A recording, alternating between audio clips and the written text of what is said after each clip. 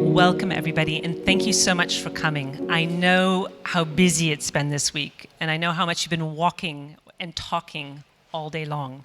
So we really appreciate you coming here this evening for the presentation about design and the natural world. What we're going to be doing is sort of in two parts. In the very beginning here, we're going to do a very short trend presentation, and then we're going to go into a discussion, okay, a panel discussion. So I'll present myself and everybody else here, obviously. So I am Lisa White. I am the creative director of WGSN, a trend forecasting company that is global and international.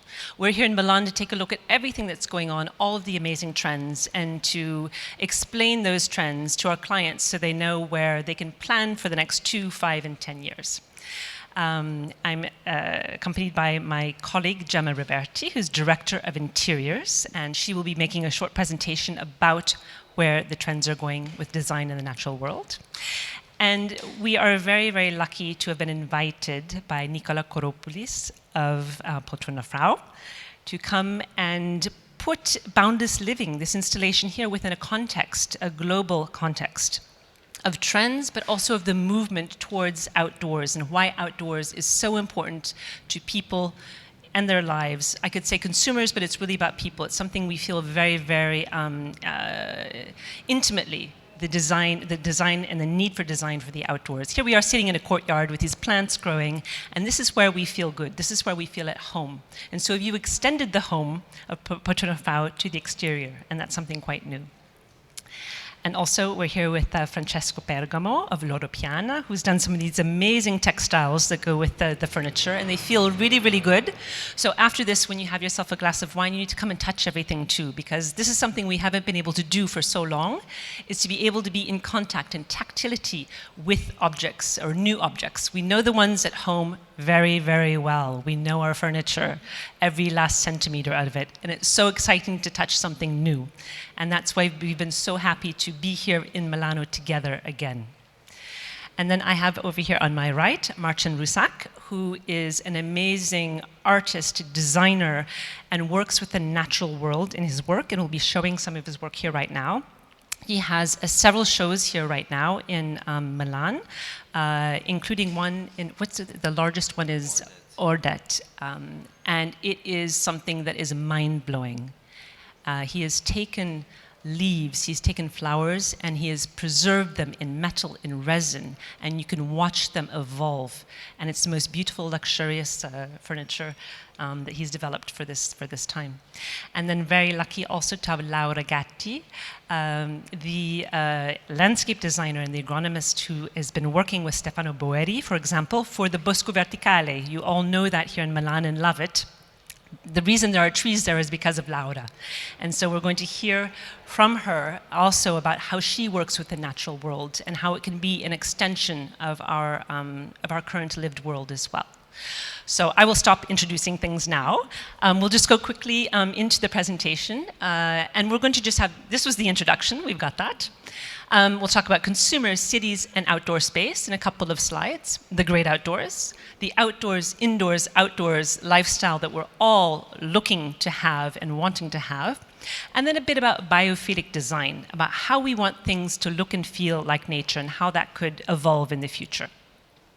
And I just have two things I want to say, and this is something, as I was listening to some of those seminars that we were very lucky to get on Zoom and to continue our learning during the pandemic, I listened to a seminar by Satish Kumar, who's a really amazing Indian thinker. And he said, the lesson of the pandemic is to repair our relationship with the natural world. And I felt that really resonated with me because we are all looking to get more in touch with nature since we've been stuck in our homes for so long. And I think that there's going to be a lot of movements coming out of that into the future. We are having a new Art Nouveau, a new renaissance of the natural world right now. And then the second thing I wanted to say, and this is kind of interesting because it's also kind of, sad as well. Americans spend 93% of their time indoors, okay? I'm American. And so yes, I spend a lot of time indoors. We were talking about camping earlier, and I love the idea of camping, but I do not go camping. Europeans, though, spend 90% of their time indoors, so slightly better in the outdoors, but still, we spend a lot of time indoors. So we need to encourage people to go outdoors, and they're doing it more, but how can we also bring the sense of outdoors and nature inside? And so we should not have to leave the city or even our homes to experience nature. And that's a little bit of what we want to talk about tonight. And I'll let Gemma take it away from there. Thank you. Yes, that ties in very well with the conversation. And we're going to just share a few slides to give you the context on why we're here together to discuss this boundless living, where it's coming from. And we are indeed, me and technology, looking at consumers, cities, and the outdoor space. We know it doesn't come as news that the pandemic has really accelerated this need to find a different home or a different setting to reconnect to nature, to be closer to it, whether it's finding a new home with a balcony or a garden. We've also seen actually numbers showing how the urban centers, the cities, are showing how people are moving out rather than moving in, and the opposite is happening for suburban areas, where people are moving in rather than out. And these are stats from the US Census Bureau that were shared on a recent article on Bloomberg as well. And we also know there's a lot of impact on how climate change, the heating up of cities, really will impact the way that we experience greenery outside. It will make it much more difficult to be in a city year-round. So we need to think about including more green spaces at all scales, however we live and wherever we live. We actually have been tracking the growing importance of nature and the outdoors, this need, this craving to reconnect with nature and outdoor spaces since 2015, really looking at how consumers have been, and people have been really more and more being impacted by the need to have a more physical experience of nature. And of course, the events of 2020 and 2021, they have impacted this. They have accelerated this need to reconnect. More people have been forced indoors, but actually the opposite has been spurred than has been enticed. We're calling this the outdoor boom, actually, and tying into the stats that Lisa was quoting earlier. Actually, there has been a shift already in the hours that are being spent outside by Americans. Indeed, it's going up 3 hours per week compared to pre-pandemic data. So there's really a change in behavior that also therefore impacts what we design and how we populate the spaces we live into. It's also being pushing a conversation around free to live. This is an emerging keyword, a buzzword that we've been tracking, and to Norwegians, if there's any Norwegians in the audience, actually this is not news, but it is a concept that really embodies this need to reconnect fully as an experience with the outside, no matter the season. Free to live translates as free air life, very simply. And it is really at the heart of this need for an experience at all scales to be more immersed within the nature. Indeed, we're craving to be more connected, whether it's camping, as we were discussing earlier, but also plant parenting. You know, it can be also at a smaller scale, caring for some greenery in the house, in the room that we live into. Actually, 2020 has started to be dubbed the first year of the outdoor era. So really talking about the longevity of the impact that this conversation is having. And when we were looking at the proprietary data from one of our trend curves report on the opportunities in planned parenting, we're really seeing that conversations on social media connecting plants, nature with wellness and happiness, two very important concepts, are really skyrocketing. It's really, the numbers are reassuring and also surprising at the same time. And also, this desire for nature and the outdoors is therefore impacting the home, the interior design. We want to, we want to dress the outdoors as we see in the space that we're spending time tonight in. We want to dress them as we dress the home. We want the same warmth, the same qualities, the same tactilities as well. And we're really talking about outdoor rooms, dressing these outdoor rooms, whether it's the super porch, for instance, or the terrace, expanding into that. We've been spending so much time indoors, as we said, that really the outside becomes an extension of the interior space, where there's a lot of opportunity there that we're just starting to tap into. But we also need to keep in mind the importance of the indoors, looking at the home as a sanctuary space, something that is really coming to the forefront of conversations amongst people, accelerated by the pandemic. And it becomes really key to think about the home and its external space as well as a place where we feel safe, comfortable, a cozy cave where materiality is essential. Talking about coziness, comfort, texture are really, really essential keywords that help consumers and people reconnect to the products that they're searching, the ones that they're buying. And we really look for a lot of versatility in the products, into the spaces that we're designing. It's just the beginning of a lot of this outdoor air, this opportunity with materials, with ranges that really help make this sense of unity, this sense of continuity with it. This is how indeed this boundless living is coming to life, this blending of the indoors and the outdoors, seeking those comfort of the indoors, but bringing out also the durability of the outdoors. And this is impacting all our activities, working, entertaining, beyond just the everyday life as well. Which ties into the importance of tapping into biophilic design. It's an hypothesis that really suggests how we have this innate desire to be around and connected to nature.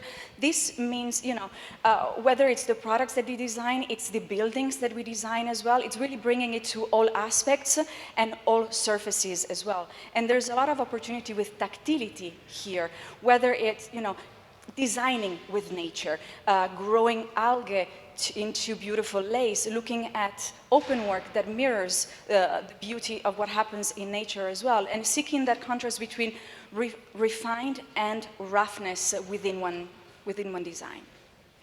And so this is kind of our last slide here in any case. And what you just saw before too was some of the work of the Eindhoven, which is the new Bosco Verticale of Laura we'll speak about. And then also Marcin, where you saw the gorgeous armoire that had preserved flowers in it. There was a white one and there was a black one. We can talk about that later as well, just so we can identify it. But I think what we wanted to leave you with in this presentation part here is the message that, and we're talking about this in our trend forecasting, because trends are not just the latest color and textiles, they are long-term movements.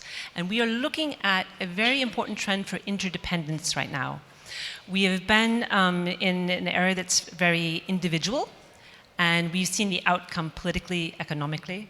And we are looking now towards interdependence, because no one company, no one country can solve the really complicated problems that we have in the world right now. So we're all interdependent with society, technology, the environment, politics, industry, and creativity. We depend on all of each other to thrive. And that's why we're having this discussion with you as well, too. That's why we're all here in Milano in this amazing space, to just really think about the interdependency between ourselves and between ourselves and nature as well. Voila, Laura's catching a little seed as it goes. And then, yeah, the last slide is just everybody's titles, because it's very important to have everybody's titles. But now we can start the actual discussion, and I wanted to start with going out, really outdoors as far as we can within the built solution here too. So Laura, with what you've done with the Bosco Verticale and how people have lived with that space here in Milan, and how that has changed the new space you are unveiling in Eindhoven very soon, the one that was shown here. I don't know when that is, but how has the work with the building and the trees evolved? And how has the work with the people evolved? At the beginning, the most of the efforts was addressed to solve a technical problem, as you can imagine. So it was a groundbreaking project, so it needs a lot of testing efforts to demonstrate that this could be done, because it was the first time. But when the people start to move, in their house, a different story started, and then I was the first surprised. I have two big surprises. The fastness in which the Bosco Verticale was colonized by fauna and different kind of flora, and the reaction of the people. We could say that inhabitants have different behavior because there are more than 100 families living there, so they are different, they are biodiverse, obviously. And there are people that are totally detached because they are, I mean, football player, for instance, or men very, very busy, okay, that they don't have any kind of time. Then we have some people that is interested just in the status, living in a status symbol. Then we have the hypochondriac plant affected by, so they look at any single signal and they are catching all the problem, even if they don't have a real problem. And then we have most of the people that totally felt in love, especially for the tree, not exactly for the greening. They are astonishing, very surprised by the biodiversity that they could appreciate just 2 meters far from their window every day.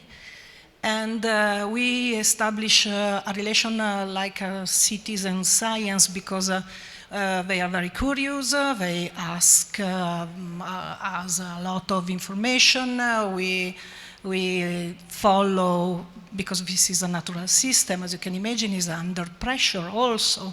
Every year is different from the climate point of view, so it's ever changing, not only during the season, but year after year. And they exchange a lot of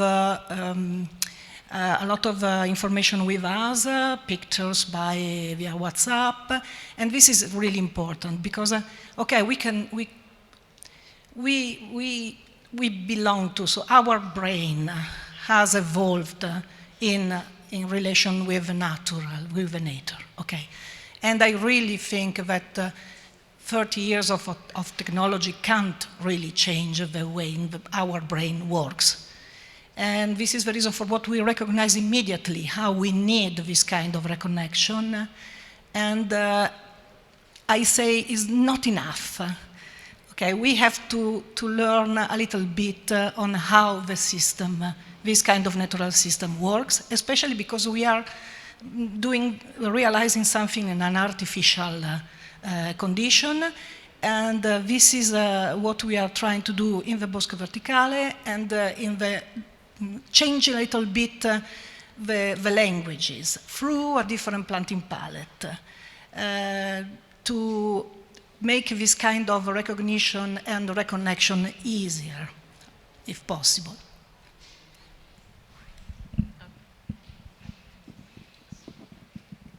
One more question for you, sorry.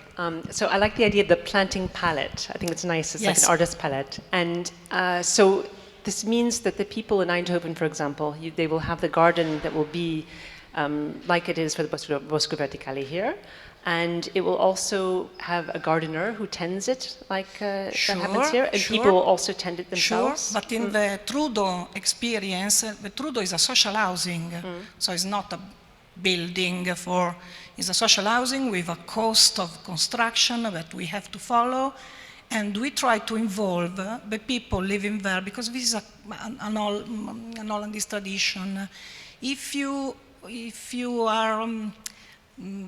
accept to keep some maintenance, you have some discount on the general cost of the maintenance of the building, or you have a more easier access. You can select the apartment, okay, because it's a social housing system in Holland. I can't explain, it's too long.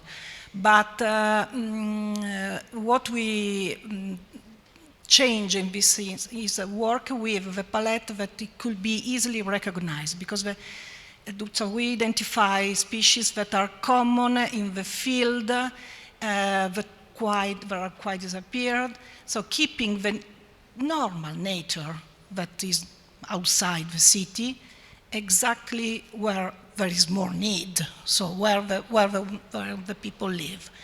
And we planted also fruits, strawberries, and other plants that could be easily recognized, identified. Ah, I know this, because this is a help in this kind of relation, establishment of this relation that is crucial.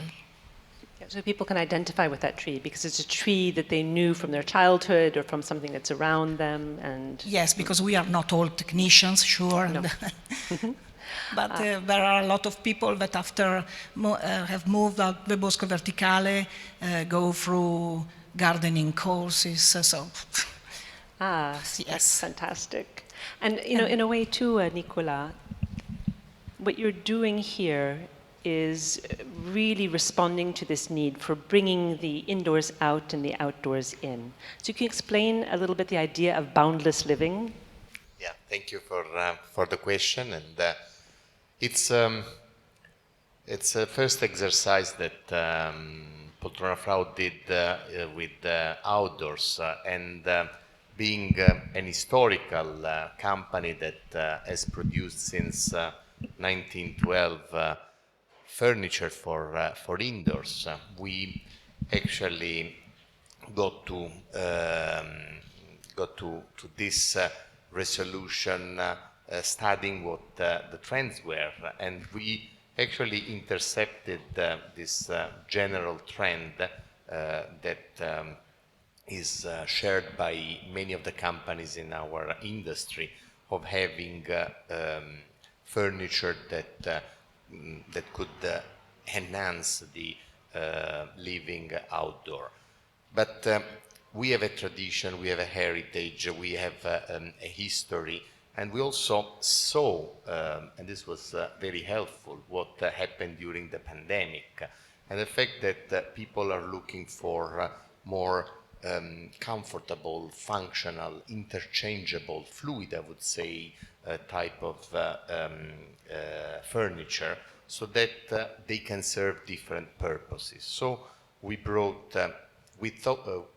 our expertise in indoor into these pieces of outdoor furniture. They were thought and designed as outdoor pieces, but they can easily live indoors. Actually, if you change the cover to these chairs and sofas and make it in leather, they can live easily inside. And the approach was to have these products that can go beyond the traditional functional boundaries within domestic spaces.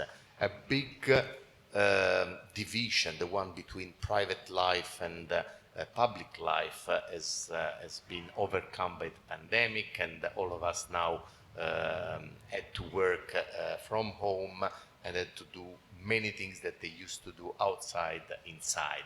And this is a way to contribute to make a good and meditated use of our spaces, trying to, actually, as Laura was saying, to reconnect to the outside, which is a part of our lives.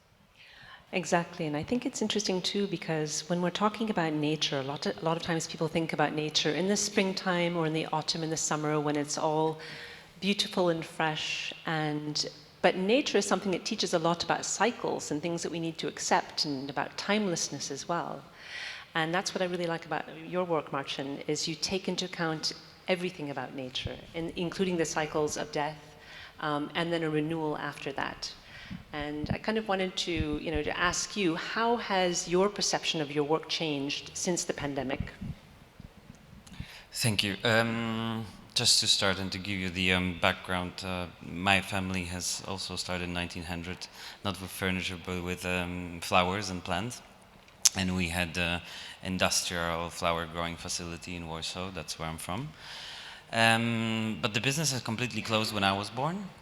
And I'm just thinking, when you were speaking about the indoors and outdoors, that I actually lived indoors, outdoors, because all these greenhouses were completely abandoned, and that was my childhood playground. So all of the decay and growth of weeds, but also the whole landscape of, you know, planters and pipes and everything, was my day-to-day life. And as everyone here, we're trying to connect to nature and to connect to outdoors. I think I'm trying to connect with this past and this memory of this space. So I think it's very present in my work that it's all about the ephemerality between the living and the decaying. And I try to translate this to objects around us. And through the time, I'm trying to speak about the relationship that we have with them. So whether it's a vase made from organic materials that you cannot prevent from decaying, or if it's a piece that is made with synthetic resin, but it ages visually as well, and that's the preservation. I'm trying to study what is the importance of the objects and why we want to keep certain of them with us for the future. And going back to your question about the pandemic, you know, I was hoping it's going to change more in the sense of actually changing the environment of us and the sort of the circle that we're following. So we're trying to say no to more of the projects and try to take more time about developing them until they're really ready in terms of decay or preservation. But obviously, like everyone else, we've been having the moment of just rethinking and really strategizing if we want to push for objects that last, or if we want to go on this mission of showing people that decay could be a language for something against overconsumption. And I think that's that mostly. And I was speaking with your colleague Tamara as well too, and she was saying that when you sell one of your products to a client, you explain that it will degrade to some extent, and there has to be sort of an agreement and a partnership with that client for them to take it on.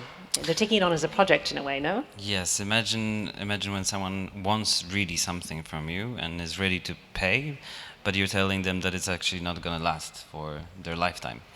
So some of the people are very interested by this friction, and the others we try to educate because we want them to understand why we make it this way. So you're buying something to your collection, but you can't really pass it on to the next generation. And I think this ultimate relationship that you're building with the object is the most important thing about the object itself.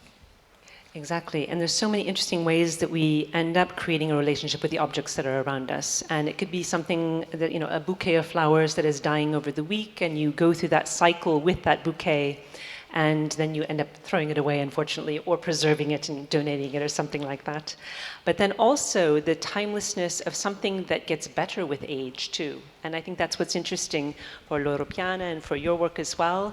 You were discussing earlier the finishes on this, is there is no finish, so that it will change over time. Yes, basically all our products, outdoor and indoor, are made with natural materials, and they have a process that actually makes them adapt to the changes of the external environment. This is, of course, very true in the case of outdoor furniture that is directly exposed to different weather conditions, and the wood in this case, this is thick wood, would age through time and change its color with the effect of the sunlight and the rain, and it will actually evolve, get into a new life. But the same applies to leather, for example, which is our main material.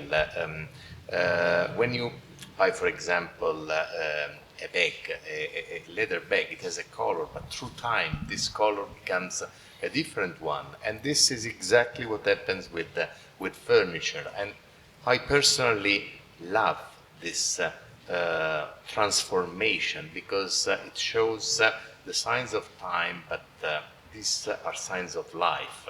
It's not an inarticulate object, it's something that lives, and at a certain time will end its function, and for these reasons our products have been thought to be disassembled and eventually recycled when after 100 years or whatever they finish their life.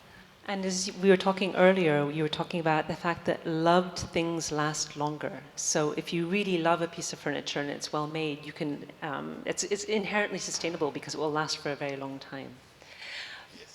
But I know that you've been doing a lot of work there, and Gemma has some questions for you because she's our textile expert. So, thank you. Yeah, when we were catching up upstairs, you had a few comments on the innovations that you're doing onto the fibers. And we've been talking now about the importance of dressing also the furniture and the outdoors with the same care and love and tactility that we search indoors. So I would love to hear from you, how do you deliver this sensorial experience to the outdoors as well? How this collaboration came to life and the innovations that you're developing? So thank you very much to both. First of all, for Loro Piana, the sense of touch, tactility is at the root of everything. So we love when our customers are touching our product and they get addicted to it. So our research is not only in finding and looking for the most, the softness raw material, the finest one, but it's also in finding the right finishing, the right technique to work on the fabric in order to get to that kind of softness that we like to have when you touch our fabric. So we are very much used to work with natural fibers. In this case, for outdoor, you need actually to have polypropylene. So polypropylene that we are using, of course, we select the most fine polypropylene, but everybody knows that polypropylene has a very important characteristic.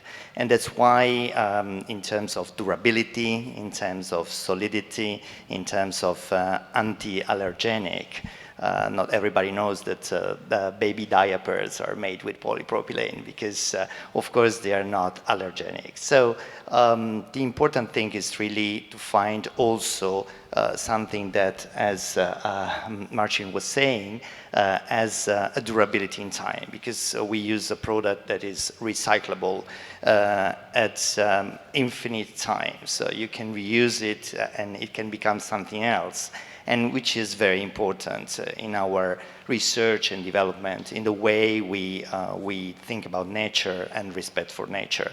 And the polypropylene as well is dyed without using water, which is another very important feature. And also, in order to maintain, I mean, this kind of fabric, they not only have these features, but when you wash them, you don't need that much water. You don't need that much detergent. So we think about, you know, in a sustainable way, how this fabric have to be performance, so they have to be technical because they have to stay outdoor, but not only, because we have been always trying to follow this idea of outdoor-indoor. We are a company that has very much founded his roots on sport activities, on living the life outdoor. So any kind of products that we have developed over time, not only in my division, which is the interior one, but also in the apparel division, is something where the natural fiber has been treated to this extreme. Not everybody knows that, for example, wool is, it regulates your body temperature, it keeps humidity. So anything that we try to do is really to respect this idea of something that is indoor, outdoor, that has a sort of feature to be used anywhere. And these pieces of furniture, they're perfect also to be used indoor, because most of the people now, they have this idea of porches, conservatory, so where actually you have this you know, indoor-outdoor light, and you are in contact with nature. Maybe you are inside, but you need to protect anyway your furniture from light and from all the, you know, weather outside. From kids and pets as well? From kids and pets as well. This is very, very important. We know that, you know, families, you know, are growing, and actually this pandemic I think that's increased the number of pets. You know, most of the family, they decided, you know, to have new pets coming, new new family members that are very much loved, but you don't love them that much when they are just jumping on your sofa and they are making it dirty. So you need to have it clean very quickly. Thank you. Yes, we've been tracking the plant-parent trend curve, as Gemma was talking about earlier, with some of our proprietary data, and we're going to do pets next, actually. And I want to ask one thing as well, too, when we're talking about natural and synthetic and natural and unnatural, because your show is called Unnatural Practice. A lot of the things you work with are completely natural ingredients, but what is the unnatural practice for you within that? I think the way we use them is quite unnatural. The way we want things, you know, we sometimes grow bacteria in a studio to be able to decay the work that we just worked on for several months. That's quite unnatural. Or we take very industrial processes like thermocoating, used for ships and bridges, and we use it to cover plants and leaves, to give them a secondary skin so they can be preserved. I think that the unnatural aspect is much more in the thinking about what we do rather than the experience of it. Like your table that is actually leaves coated in that shipbuilding metal, you can't use it as a table. So it's, well, as a typical table, you can't have your, I guess you could have a really nice aperitivo, it would be very interesting to put on top, but it's actually not there to be in a natural table context somehow? Yes and no. It was made for a video that we want to make about a conceptual dinner and the way we approach furniture, which are very much inspired by the 17th century furniture, which were carved in wood, and here we're literally using the natural material to create decoration. And yes, because we want to be a garden table, because it's coated with bronze, and bronze patinates beautifully, and it's also made with leaves. So I want to see what's the combination of the acid from the rain and the leaves in a garden situation. Yeah, it's basically a table that is a garden itself. Yeah. Yeah.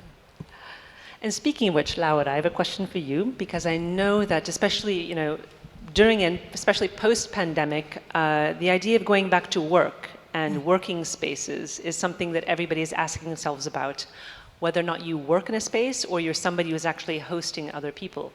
And I know you have been working with offices to create environments with plants so that people are working there can feel better and can interact with nature. Can you explain that? There are different examples. I think we focused in the recent past, to build very efficient buildings, thinking to optimize from the point of view of energy consumption. But we didn't realize that the real cost of the production is the human labor, is more than 84%. So, okay, we have to save energy and we have to build different, but we have to think also to the well-being of the people that spent a lot of time in work, really or not. So we deal with different projects. One of them is a building in which we have actually the workspace outdoor, because it's hosting startupper that they have to create new ideas about saving of energy, in particular. And we designed the gardens to have a point in which they can stay alone or stay together, play, rest, and is strictly related to the workspace. And then we have a great opportunity in the offices, especially in the city, where we are used to think to the interior plantings with few tropical plants standing, covering of dust, and becoming, declining month after month. And we realized not so far from here, for a CEO, two beautiful living walls, but they are full of different plants that are totally changing. And we had flowers, especially orchids, that we change regularly. Few orchids is not too much, but she, when he's sitting at her desk, can look at the wall and look at the total view. But sometimes she moved close to the living wall, looking at how this kind of micro world is working, is changing, is different. And I think this is really resting, but it's not surprising again. So to me, it's not surprising because natural systems are my inspiration, my reference guide, and gave us a lot of opportunity. So this trend is not new for me, sorry. Okay, but we have to move a little bit ahead, thinking that it could be a whole. Exactly, the trend is not new at all. You've been talking about this for years, but now everybody is listening because we've gotten to a point where people are saying, I cannot get people back into the office because they don't want to come in. But if you want to create an office where people can go and enjoy the sociability, enjoy actually the office space, have good furniture, good plants, good coffee, good people, then that's a way for companies to get people back into the office once it's safe to do so. So yes, you've been talking about it for years, and now people are really wanting to invest in it.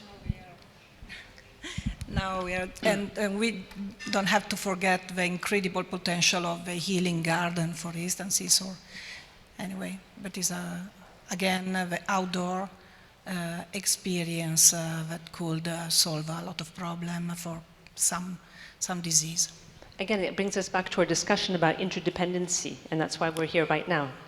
So working with nature, working with other professionals, collaborating among partners as well too, working with creatives as well, because that's what brings us to the next step, and that's what helps us evolve as a society. And I'd like to ask you a question about how you see Poltrona Frau evolving into the future with creating interdependency with partners, with creatives, and with different groups. Certainly, that's a very complex question. Trick question. But I think that next year we will be celebrating 110 years, and the reason why we are still in business and successful in business is because we have been able to be loyal and faithful to our identity, to our roots, our values, but at the same time listening to what was happening around us and surrounding us. So the ability of being contemporary to our times, and I believe that this is key also to look forward. We look forward because we have a strong heritage on our back, and of course, all what has been said about being interdependent and collaborative, it's fundamental. I mean, if you had asked me or anybody that was in my place 10 years ago, would Poltrona Frau go outdoor? He would say, come on, it's we do leather furniture, we are indoor company, no way we can do it. And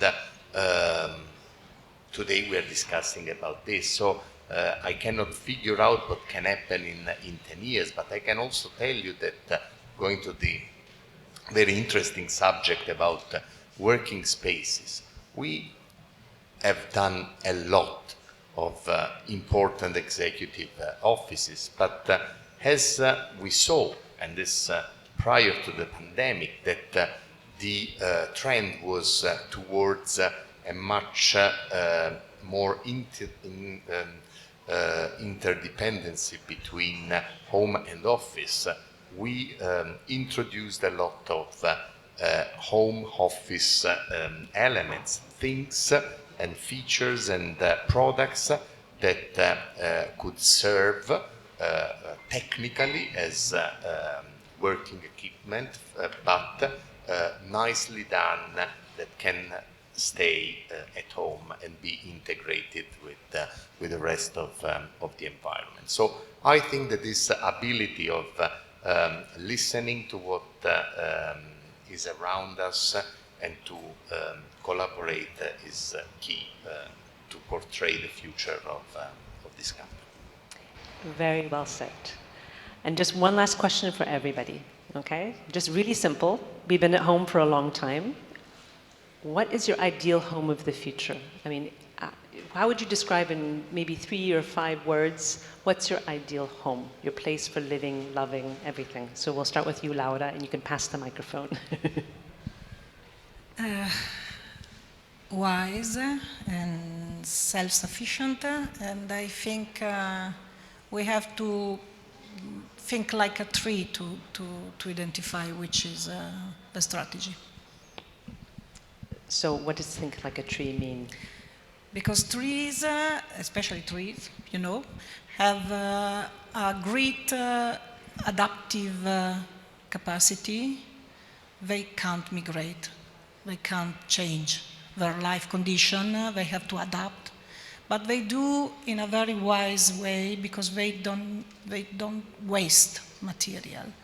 So I think we have to stop a little bit to try to overcome our boundary, our limit, and go slower. Reconnecting with people, sure, but don't forget them via our living environment. Perfect. How about you, Marcin? I really like what you said about that.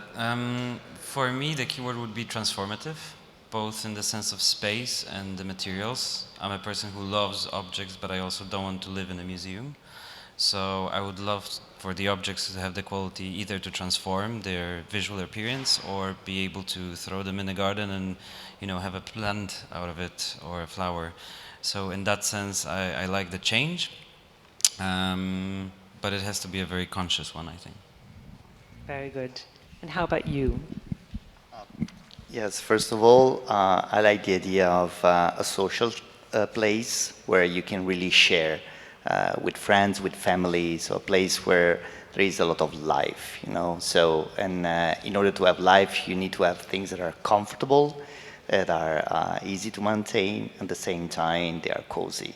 Then I see a space, I like the idea of Marcin, of transformative, so a place where you can really, you know, it's a box where you can make experiments, you know, where you can test things, where you can, you know, try different things. And you can adapt also to the time of your life, because life changes and you need to adapt it. And then the other idea is that it has to be natural as much as possible. So with natural light, with natural fibers. So having the idea of being always in touch with nature. So I wish I could live in the Bosco Verticale, probably. Maybe someday. Well, it's very difficult to say something more intelligent than what has been said, which I share entirely. I would use the word liquid, because liquidity encompasses a little bit all of the things that have been said. It's transformative for sure, is wise and adaptive, and is comfortable and functional. Perfect. I think Gemma and I can agree with all of you as well. And definitely, I've always wanted to have a tree growing in the middle of my house. That's definitely a goal. Anyhow, we're very lucky to be here tonight. Thank you so much, all of you, for participating in this discussion. Thank you, all of you, for listening in the discussion. I think now we can enjoy a little bit the evening and discuss amongst ourselves. So thank you all.